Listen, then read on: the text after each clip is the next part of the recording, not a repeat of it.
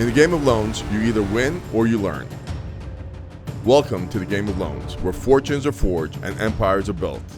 Your hosts, lords of lending and wholesaling, are here to guide you through the realm of real estate and wealth building. Brace yourselves, cash flow is coming.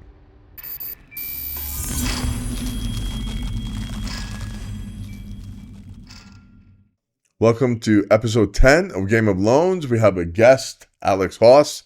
Alex is in the hospitality business, dealing with a lot of hotels and casinos and anything hospitality related. Yep. Welcome, Alex. Thanks. Appreciate you having me. So before we started this, we were actually talking about the potential uses of properties that are going to the wayside, right?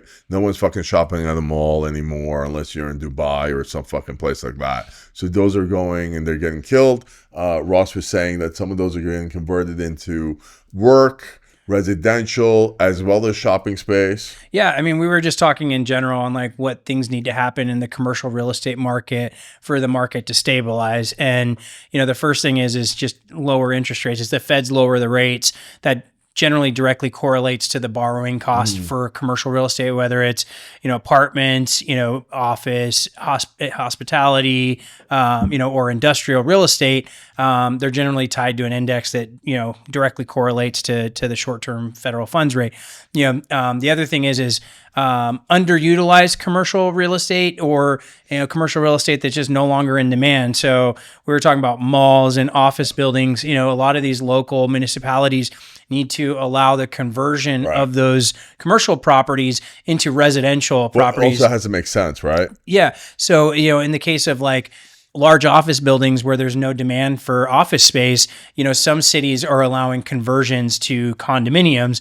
There's a substantial cost in changing it from an office to a condominium, but in a lot of cases with tax incentives and other, you know, efficiencies there, you know, they could create housing in a market where there's no space to build. And so you're seeing that in a lot of areas now. The other thing is like I've seen in California, a lot of the malls are now being permitted for residential apartments on the mall, you know, footprint. So you might not need, you know, a Sears anymore, but they're allowing some of these developers to go out and demolish that structure and build apartments, which creates work, you know, living, you know, shopping opportunities, which then in turn helps the performance of the mall because you have people there that can just walk down to the restaurants, go shopping, and it creates a different lifestyle or community within those spaces. Alex, you were saying that, you know, supposedly there's something happening with a mall that's getting converted into that's already happened. So there was a mall in Bristol, Virginia that's just converted to the Hard Rock. So it's a Hard Rock, Virginia that's just open. They've got a 300 plus in Bristol, Tennessee. In Bristol, yeah,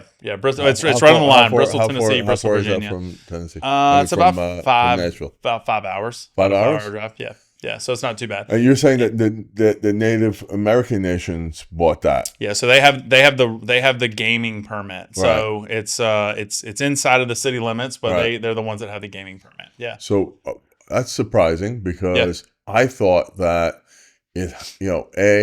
Native Americans weren't allowed to buy any more land. Maybe I'm fucking wrong. Yeah, that I don't know. Yeah, it's fucking sad because they're basically buying their own land. Right. But so. That's I didn't know that. I guess they could purchase land and then put up casinos. Yeah, so they've got that. They've got that part. The other one that we just opened. Go make friends with some fucking Native American nations. That we're doing right now is the Caesars in Virginia. So Danville, Virginia. They took that space, which was textile land forever, right? Like that's what kind of grew Danville. The community died when textiles left and went away, and there's just been this land that's been there vacant forever, and Caesars has decided to come in and put in a casino. But how far is that from like a major city? They're about an hour and a half from Raleigh, so about an hour and a half from Raleigh, hour and a half from Charlotte. That works. Yeah. I think 5 hours out of fucking here, it's going to be tough. It's a hike to get up there. But if you're going to go, a lot of people from Nashville are going to either go to Memphis, so they're going to go to Southland Casino, which is in Arkansas, or they're going to go down to like Tunica, down south of Tunica, Mississippi, down south of Memphis. And how far is that? From here, it's about 3.5 hours. Yeah. So you're a degenerate. Would you? You drive 3 hours, 3.5 hours? Me personally, no, because most of the gambling I do is sports betting, and all the apps are Yeah. available and legal in Tennessee. Yep. So I don't even need to leave my couch. I can bet and watch the games. But if I'm going to go somewhere to gamble, I'm going Are to you going with Vegas. 3 hours? Huh? You wouldn't drive 3 hours. No, would I you? wouldn't drive. I'd rather fly 3 hours to Vegas, into Vegas, and right. have all of the amenities and the experience versus going to some remote casino. Right. To do that. But when I'm in Arizona, I go to the casinos there on the Native American land. Right. Talking Stick Resort's a fun one to go, and they did Yeah. that up So pretty we did well. our party. Got the golf course. They've got the pool parties, the hotel. It's 10 minutes from Old Town Scottsdale, where all the Fucking restaurants great and clubs location, man. It's a great fucking location. and they've got Top Golf there. They've got the Butterfly Museum. They've got this the aquarium. They've got a indoor skydiving, all in that that area. So if you're in New York, going to like Foxwoods and things like that, like those are closer destinations. It makes more I mean, sense. Foxwood is an hour and a half drive. Yeah, but 3 to 5 hours is a little bit much in a car. Right. Again, that even though it's a 5 hour drive for us, it's a lot closer for people in Virginia and some of those other larger cities in close proximity. Yeah. So they'll do well. But what we really need is a casino here in Nashville with all the tourism. It would absolutely crush it. Well, there's been a little any Native Americans. There's been a little speculation, right, about some of these big casino players that have purchased up land in Jackson, Tennessee. There's been some land that's been bought in right outside of Sevierville. How far is Jackson from here? Hour, something like that. So 2 hours probably. 2 hours. Yeah. So 2 hours doable. Yeah. I would do 2 hours. Yeah. Yep. And when you're talking about that, now you're right in between Nashville and Memphis, so they can pick up a lot of that. And we're talking about lots of land where they can put in golf courses, and they can put in the massive swimming pools and the hotels and all of that. So you're thinking that Tennessee is going to allow them? I guess they've definitely had conversations, right? If they've legalized sports betting, it's a natural progression to allowing a physical casino, and so think? and But it didn't happen in Florida. Florida has casinos. Yeah. Do they have full blown ones? They have the Hard Rock in Yeah. Fort Lauderdale. No, but It's massive. Hard Rock. Yeah. but last time I was there, they didn't have some of the games. They have everything. Blackjack, Yeah. roulette, Oh, so I like guess slot it machines. changed. They've Yeah. got Okay. Yep. two So it's amphitheaters for comedy shows, concerts. They have a large pool. They throw pool parties there. They've got like a 500 key hotel. So it's serious. And they get they own the gaming rights to sports betting too. So the Hard Rock Seminole won't allow any other betting apps in the state of Florida. So they boxed out DraftKings, FanDuel, Caesars, MGM. So they have a monopoly on sports betting as well. So if you want to bet on a sports app legally in Florida, you have to do it through the Hard Rock. Got it. So I could see some sort of joint venture in Tennessee, where they do something similar. But we have the the DraftKings Sportsbook and Bar on Broadway. That's essentially a sports betting casino. yeah. Oh, So yeah. we're almost there. Listen, I think, to be honest with you, I mean, when I was growing up, the biggest degenerates were the sports bettors. Yeah. It wasn't really the guys going fucking betting, on blackjack and shit. Yeah. Oh, it was yeah. like fucking horses, Yeah. I mean, when you pass the OTB, fucking crackheads and shit would be outside fucking OTB, and then the rest, I'm not going to say, but I worked with some people that were, I knew people that were bookies, Yeah. right? And back then, fucking bookies, it wasn't legalized. You didn't have DraftKings and shit. Yeah. I mean, you were fucking, you didn't pay. My dad You told pay- me you pay in a different way. my dad was telling me he used to have a bookie and his name was Snake. And Yeah. Snake would show up to come collect. And they would collect. Yeah. Oh yeah, he didn't play it around with wasn't, that stuff. But those guys are fucking real degenerates. Oh yeah, The Yeah. sports books are making. I saw something published a few months back that 90% of their profits, or 94% of their profits, are parlays, Wow. and so they just crush it on parlays. Yeah. And then only like 3.5% of their profits are on straight bets. Mhm. And then like the other 2% was like in Jersey, you can play like virtual blackjack and virtual slot machines. Same with Connecticut. There's a couple states that will allow you to play Right. like table games and stuff through the online gaming. But the majority of their profits are all from parlays. These Oh, people wow. that are Yeah. laying $10 Right, hoping they're right. going to win 10 Yeah, grand, of that have course. no shot in It's hell. like craps. It's like selling lottery Yeah. tickets. But it's like craps when you're doing like the stupid shit Yeah. on craps, right? And ancillary shit where they would get you, or ultimate poker. Yeah. I bet you they make more money on fucking on the hitting trips. Yep. And the other one, what's the Yeah, red side one, the bets. red button Yeah, one? yeah. The jackpot They're stuff. fucking the jackpot. They're Yeah. cleaning up on that shit. Yeah. Oh yeah. You know, and those are the sucker bets. It's just another way to move the odds in favor of the house. If you're betting 100%. $25 a hand Right. and $5 on that bonus, Yeah. if you're 50-50 on odds, now you're 60-40, Right. you know, or 60-30. Yeah, and you a know? lot of people don't understand that. So I get it. I guess it's the parlays that fucking, you know. You're the only motherfucker I know that hits on the parlays anyway. I don't know anyone else does. No, really. I really don't. You know, knock on wood. I'm not jinxing you, but you're the only fucking guy that you've got that shit down. You know? I probably watch too much sports, and if I focus that time and energy somewhere else, it's probably better spent. But for me, it's more of it's just fun. Yeah, you know? Fun. I could be sitting on my couch making money sports betting, or I could be at the bar watching the game. No, I agree. No, I'm just saying you've got the parlay part down. Yeah. I'll tell you, fucking DraftKings is not making money off of you on parlays. Yeah. But I got a weird question when we're talking about hospitality. So we were talking about it earlier. You're talking about converting space. One of the things that I've seen a lot of is buildings that are converting, like whether it was a commercial space and now it's converting over to a hotel, or you take vacant buildings. Like there's a building in Memphis that's supposed to convert to a luxury hotel. Memphis and luxury is it's a little questionable, right? It's tough. But like that is something that's happening all over the country. What does that look like for y'all? Is that something that you think is a good play? So we don't do that stuff because you have to be a real expert in being able to finance something like that. And, but I have a lot of friends that are in the office, that were in the office building business in New York City, because that used to be hot. Right. Prior to the pandemic, you know, having office buildings in New York City, you were like, you know, king of the hill. Crushing it. Now you're just, you know, sucking dick on the side, you know, to make money. You know, really, like, I mean, they're hurting. Wow. The biggest problem is structurally being able to figure out how to put in the bathrooms and stuff like that. And then that also causes a lot of weight to the building, to the put structure. onto the structure, right?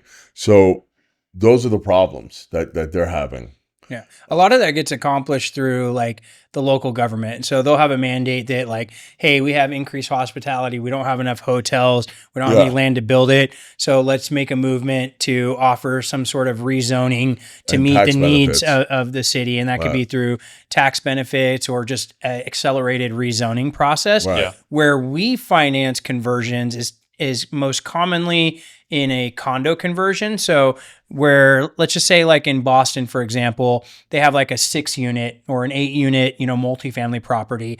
They can go out and apply for a condo map and set up an HOA, and they can convert the apartment buildings into condominiums, which increases the value on a per unit basis. And so that's going from multifamily to residential 1 to 4. That's easier conversion because they're already fitted for residential living. Right. Where I'm seeing some major like rezoning is in some of the larger office buildings. You have some big developers that are going in on newer vintage, or they're just doing a complete like rebuild of the structure where they're taking office and turning it into condominiums or apartment buildings. So But they're also getting those at a fucking deep discount. yeah, because the office building is ridiculous. Like your vacancies, you know, your cash flow is not there.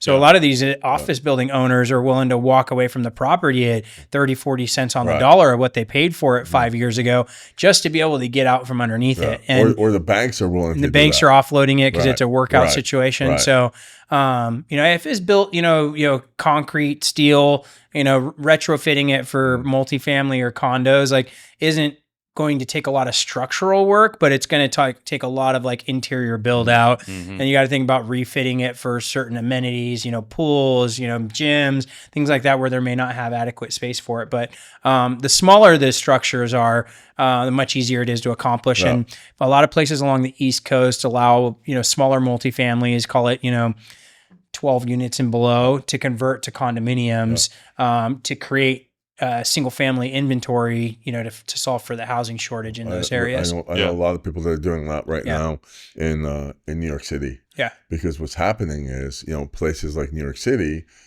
no one pays fucking rent. Yeah. Right. Right. And the legal system is against you. So what they've decided to do is they're going out there to people that, pay the pretty penny. Like we have buildings, but our cost basis is so low, it doesn't fucking make sense for us to do anything. Right. Unfortunately. Or motivate my family members to do anything.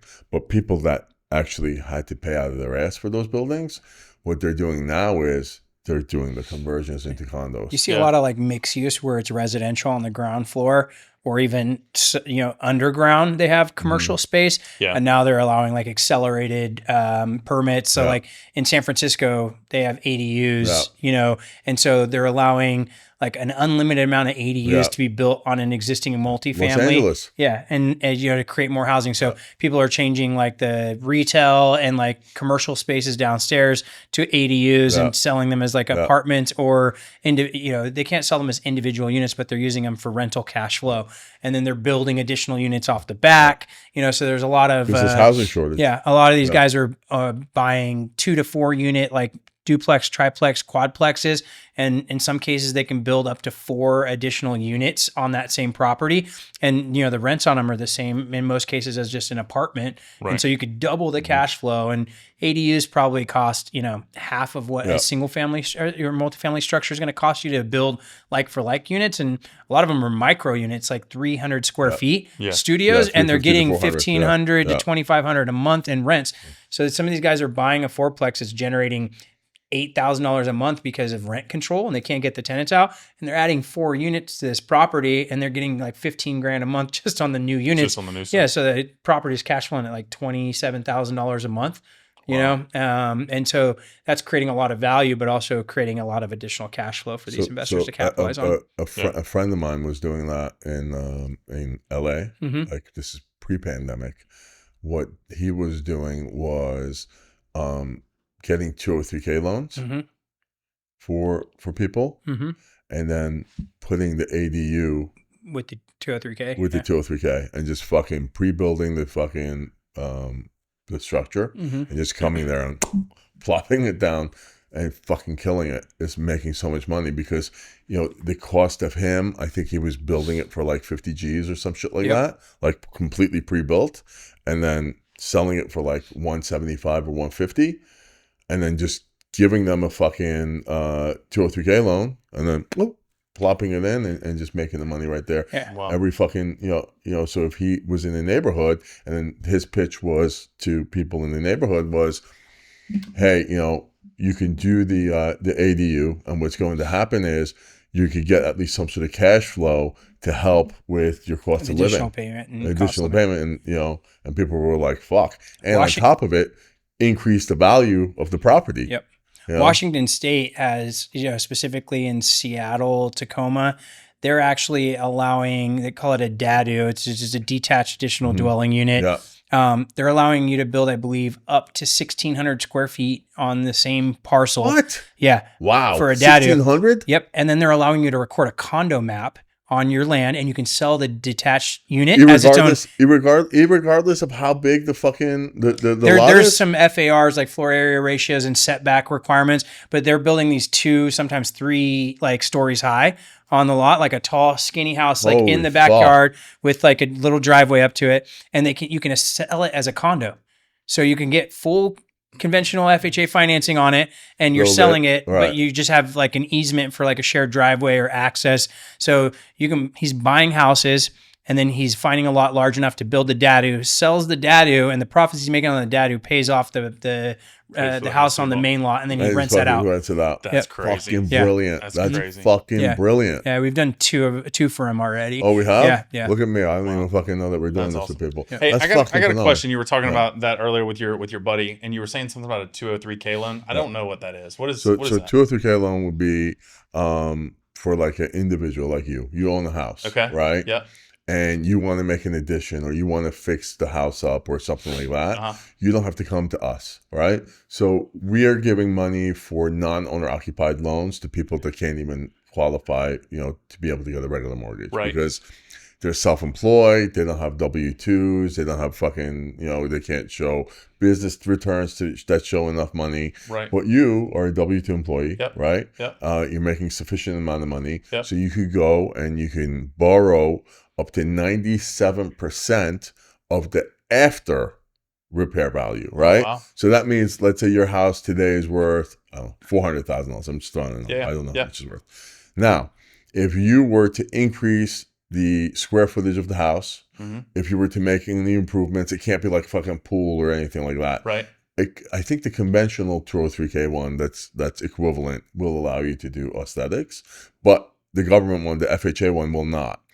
But let's say you want to do an ADU. Now, that square footage, think about it. If you add, 500 square feet in your backyard, 500 square feet at, $300 a fucking square foot. Right. Do the numbers, how much you just add to the value of your house, right? I mean, that's pretty significant. Oh, yeah. So now they're going to lend you 97% of the complete value.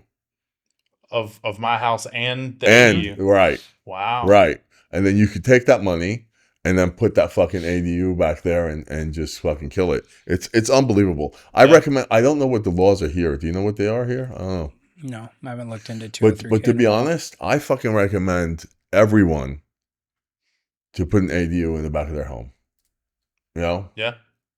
Just to have it there for extra cash flow. Just to have it for extra cash flow and value, right? I mean, you're increasing fucking square footage on your house right there. Yeah, there's a few things to look at when you're building an ADU. It's like, obviously, like what's it going to cost you, and is the additional cash flow going to help cover that expense?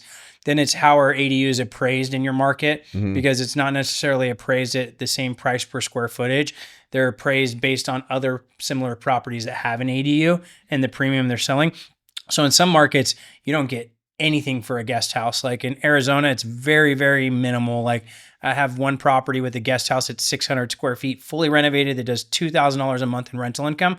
They give me $25,000 on my appraisal for the value of the ADU. Wow. And I'm like, I make that in a year, So it doesn't make sense there. But in California, they're very common, and they're sold at a premium, and it's more of like a cash flow analysis and how they're valuing it. So not all markets ADUs are good for value, but they're great for cash flow. And a lot of these ADUs can be prefabbed offsite with pre-approved plans where you just pour a foundation, bring in electrical and plumbing, and they literally just drop that ADU on your property. Like they can be done for as little as like $30,000. Wow. So they have these container home ones that are pre-made where it's like a 200 square foot studio with a bathroom already built in it and a little kitchenette or a tiny home. And you can just drop it on a concrete slab, and then you just hook in electrical and plumbing and you're up and running. Wow. But here you go. Let's say even if you're getting $1,500 out of that, right? At the end of the year, you just made 18 G's. So if that fucking thing even cost you $40,000 after year 2.5, you're completely cash flowing 100%. I can tell you from a marketability standpoint, people will buy that over one without one, because a lot of people have older kids that don't want to stay in the house, like a mother, an elderly parent, granny, or they've got like a family member they rent to, granny-in-law, mother-in-law suite, whatever you want to call it, or you want to Airbnb it because you're in a hot Airbnb market, or you just want the additional cash flow because, like in that case, $30,000 might make you $24,000 a year in rental income. It's going to pay for itself in a year and a half, and then you're going to have all that extra cash flow, to be able to pay down your mortgage or use that for other investing or spend it. For instance, if I had something in Nashville and I had the room, right? Over here, there's a lack of fucking affordable housing of any sort. Oh yeah, right? I mean, it's gotten it so just doesn't exist. It doesn't exist. Yeah, it's obnoxious. Yeah, you just got to look at like Airbnb like requirements, because like a lot of the properties. Even if you didn't do Airbnb, if you just want to rent it out traditionally, like there are some rules and regulations. The likelihood you're going to get caught for renting out an ADU, is probably minimal. The key thing is you just want to make sure it's permitted, because if you don't get the proper permits for it, when you go to sell the house, that's going to be identified. And you either have to tear tear it down or you have to sell it, and like the most buyers might be scared because they have an unpermitted ADU back there and they don't want to get like flagged by code enforcement or Department of Buildings and have to tear it down, remove it, Right. or do the necessary repairs. Because you see these people where they'll put panels up and, they didn't get an electrical permit to put a new panel on there, or they're not running separate meters. There's a lot of mistakes you see people make. So just do your research in your local market on what's required and follow the proper steps. Otherwise, all that additional value you're hoping to create might not be worth anything when you go to sell the property. Yeah, for sure. So very interesting. You're in the hospitality business. Yeah. Where do you see the trends going right now? Like, I mean, I think when people come, like we're talking about this market, right? We're talking about the Nashville market. Everybody thought this market was super hot for regional. Well, yeah, but we were talking about how hot it was for Airbnbs and that whole world, right? I've been shitting on Airbnb. Oh yeah, I know. And I think right now there's so many people that when they come, they want to come visit a city or come visit an area. They want to come and not have to worry about it. They don't want to have to deal with, cleaning up somebody else's mess or, the pool being nasty or whatever. They want to come stay in a nice hotel. They want to come enjoy their time, and they're willing to pay for that extra service. And I think that's what I see a lot of happening with a lot of the leisure travel that's happening right now. I was just at Gaylord and there was, it was packed. It was packed full of people. Yeah. They were coming for Christmas and for ice and coming to visit. But I think that they see the value in going and staying in a nice hotel. The travel is happening again. The events are happening again. All of the convention space is filling up. The sales teams are selling out all of their space. And I think that is driving all of the travel, everything that we have going on. I agree with you. Look, I've always said, I think that in the Airbnb space, when it first came out, it was rivaling hotels because they were going out and they were undercutting hotel prices. Yeah. Right? Yep. Then it got to a point where it became trendy, right? The millennials were, I'm fucking Airbnb-ing, I don't give a shit. I want to do this, right? So then it became a fucking trend. Yeah. What ended up happening is all these fucking assholes, like in this area, I told them, you're cannibalizing yourself. You're fucking putting up 6 units here, 2 blocks fucking down there. You're saturating the shit out of what the market. Yeah. Besides the fact that the hotel industry is one of the fucking strongest lobbying fucking industries in the whole country. Yeah. And why? Because those motherfuckers are owned by the Vanguards and the fucking Blackstones and the BlackRocks. Yeah. You're never going to be able to rival these fucking guys. So I always said, I still say, if you're going to do it, there's 2 markets you could do it in. 3. The experience market, where it could be glamping or fucking tree homes and some fucking other shit like, tiny homes, container homes. Yeah. That's gonna, I think that's super cool. Super cool because you're in that generation. Yeah. My ass is never going to a fucking tiny home. I need to fucking spread out and take a shit. I can't be in a box, That's just not me. No, really. I'm being honest. Like, I really want to kill my kids. If they're on top of me, someone's getting murdered, right? I just don't want to deal with anyone. Right. I need space, right? Yeah. But for your generation, you're younger, and the guy's younger than this asshole sitting across over there. Like, he likes that shit. He wants to be in a treehouse with a fucking, cornhole up his ass or something like that. So, but that's his generation. He likes that. Yeah. That's not for me. Right. So it's got to be the experience, right? It's Yep. got to be that glamp. It's got to be the fucking treehouse. It's got to be that shit. Yep. The other thing is, it's got to be you got to undercut the fucking, what do you call it? The hotels. The hotels? Oh, yeah. Because you got to go after the college kid that doesn't have enough money. Yeah, he wants to come and experience this. Right. Or you got to go really fucking luxury, right? Just like through the roof, something that correct. It's through the roof. Almost becomes like a bespoke experience that nobody else can. It's got to be for the ultra wealthy. Now it's got to be for that fucking celebrity or the athlete that wants to come to Nashville, right? And he wants that fucking mansion, yeah. Or it's got to be I'm in LA and it's the Prince of Dubai or some shit coming to town. Yeah. He doesn't want to deal with anyone. Yeah. That motherfucker's he's coming with a fucking entourage, right? He's coming with buddies. Yep. And they want that mansion, or the celebrity wants to come to Nashville and he wants his space. He's not looking to fucking hang out with normal schmucks like me and you. Right. And that's the other thing. Go ultra luxury. Yeah. Where you can demand a certain amount. Go really affordable. But these guys that are going in the middle, and where are they building this stuff? Yeah, so Ross, where are they building they're it? building it in undesirable locations, Yeah. like suburban areas Correct. where you need a car to get around. There's Or nothing really dangerous around areas. you, or it's Yeah. dangerous. Yeah. Like there was, we were in Scottsdale for the Christmas party last week, and I was walking like down the street, and I see this giant like 5,000 square foot house. It looks beautiful, but it's in a neighborhood where like they're just shitty little like ranch style homes. But like on Airbnb, you're gonna see this massive walk up, triple car garage, floor to ceiling windows. Looks like you're staying at a compound or a villa.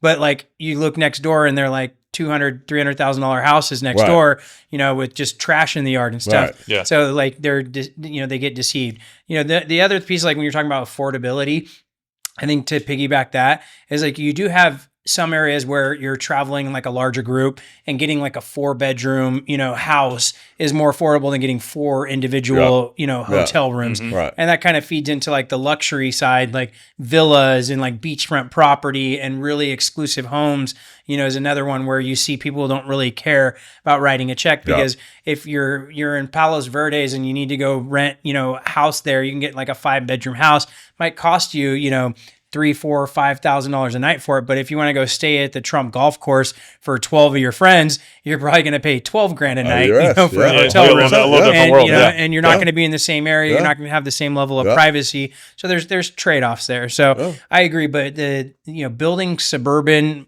Airbnb properties where there are, reasonably affordable hotels in that area, those are the ones that are going to get crushed first. So unless you're like right on, Broadway where you've walking distance to everything and you have multiple rooms where it's more affordable than getting individual hotels, or it's this ultra exclusive luxury experience, or like you said, you're building Airbnbs in an area where there's no hospitality accommodations, no hotels, no short-term rental properties. Like that's where it makes sense, whether it's glamping or a cabin in the woods or, a cabin on a mountain, during, if you want to go snowboarding or skiing, that's where you'll continue to see demand. So I'll tell you something crazy, bro. What a lot of people don't understand is that some criminals, right? They come from money, right? And when they get sent to some of these fucking prisons, there's nothing around, like except for like Motel 8s and shit like that. Right. Right. So I have a friend who unfortunately was in prison for a little while, and he, his family had a lot of money, and he was always, they always hated going because they had to stay in fucking shitholes. Yeah. So he actually came out and he started fucking Airbnb-ing. Like really houses around the prison. Yes. Wow.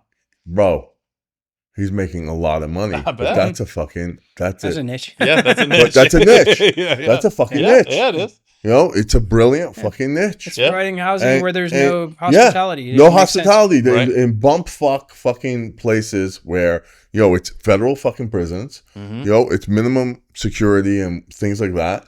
And where you're going to get those white collar people. And believe me, those white collar people, they're fucking families. And when they're bringing their kids, they don't want to stay in fucking Motel 8. They just don't. Right. So, and he's catering to these people. And, where the Motel 8's charging $50 a night, this guy's charging $300. But these guys are happily paying it because they don't want to stick their kids in a fucking shithole. Yep. On the other end, I'll tell you, like my brother-in-law and them, everyone's going to Sardinia this summer, right?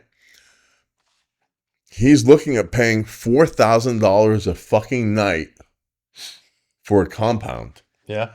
With a chef, with this, with that. For him, he figures, I'm going to be there for fucking 10 nights. I want to do it right. Yep. You know, Yep. and he's cutting a fucking $40,000-$50,000 check but like this. but you're gonna pay like in Sardinia, you're gonna pay $700-800 a night for a hotel. Probably $1,000.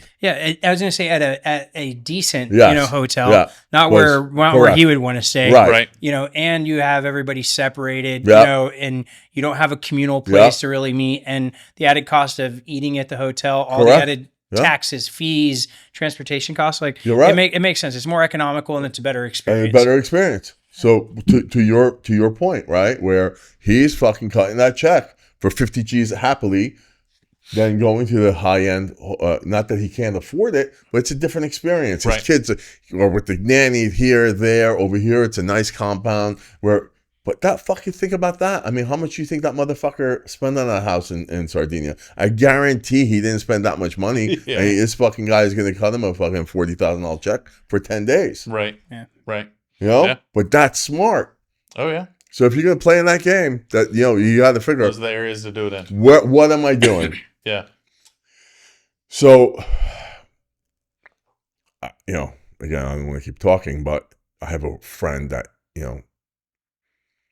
he's really wealthy. Yeah. Right. And, just sitting down with him and speaking to him, I'm like, dude, like you come up with the craziest shit. And you have balls the size of, I'm crazy. I'm ballsy. If I didn't have him, really honestly, that's why we make great partners. Yeah. And sometimes I'm really crazy because I know he's going to put the brakes on it. Right. I'm really not that crazy. That's his excuse. Well, no, really. Like I'll fucking push the envelope, or I'll tell our loan officers to push the envelope because I know he's not gonna go for it, Yeah. right? And I just want to make them feel good sometimes, Right. So it's like the bad daddy, bad mommy, bad daddy, good daddy. Yep. So I tried to like throw him something, but no, there's no way he's gonna fucking angry. But Just tries to make my life harder. No. Yeah. I do. Yeah. So he calls it the 180 fucking theory that he does, right?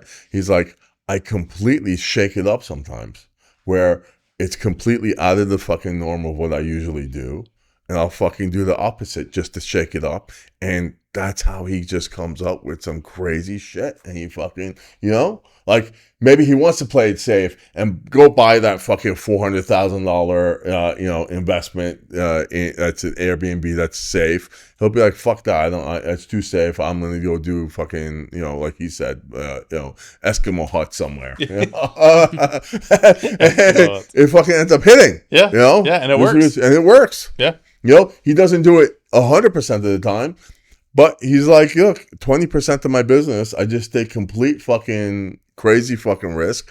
And those are the ones where he ends up, when they fucking hit massive. That's where the innovation occurs. You gotta try things out. Yeah. You're not going to hit on everything, but if you keep doing the same stuff over and over, Right. you're not going to see different results by doing Right. that. You're just not going to, and that's what he said, right. And it pays to be an early mover, being the first one to do something or taking on more risk. You have a higher probability of losing money, but if you get in first, you have a much higher ability to make money. So look, hospitality, it's coming back, hotels over Airbnbs, I think is going to be the theme here in Nashville, just with the lobbying power, and you'll see it in a lot of other markets.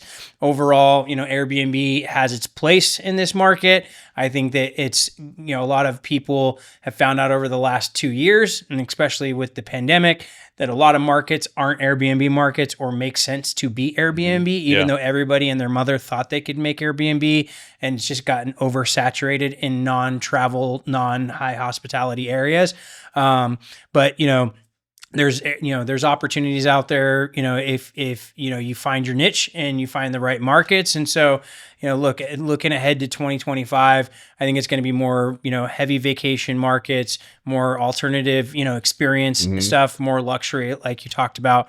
But at the end of the day, we're here to finance your Airbnbs. If you got good cash flow, bring us the loans. We'd be more than happy to look at it and see if we can finance it. As much shit as we talk, go ahead, go buy that fucking thing. We'll finance it. He might say that, but when I look at it, it's going to be a different story. So, anything else? Sweet. No, man, I think that's perfect. good. Yeah. All right, good. Thank you for having Awesome. me. Yeah. Thank you. Appreciate it, Thank brother. you for coming. Thanks, man. Thank y'all. See you next time. See you on the next one. You've been listening to The Game of Loans, where real estate battles are fought and won. Make sure to fortify your defenses by subscribing. Cash flow is coming, and we'll be back next time to help you claim your throne. the war of wealth continues.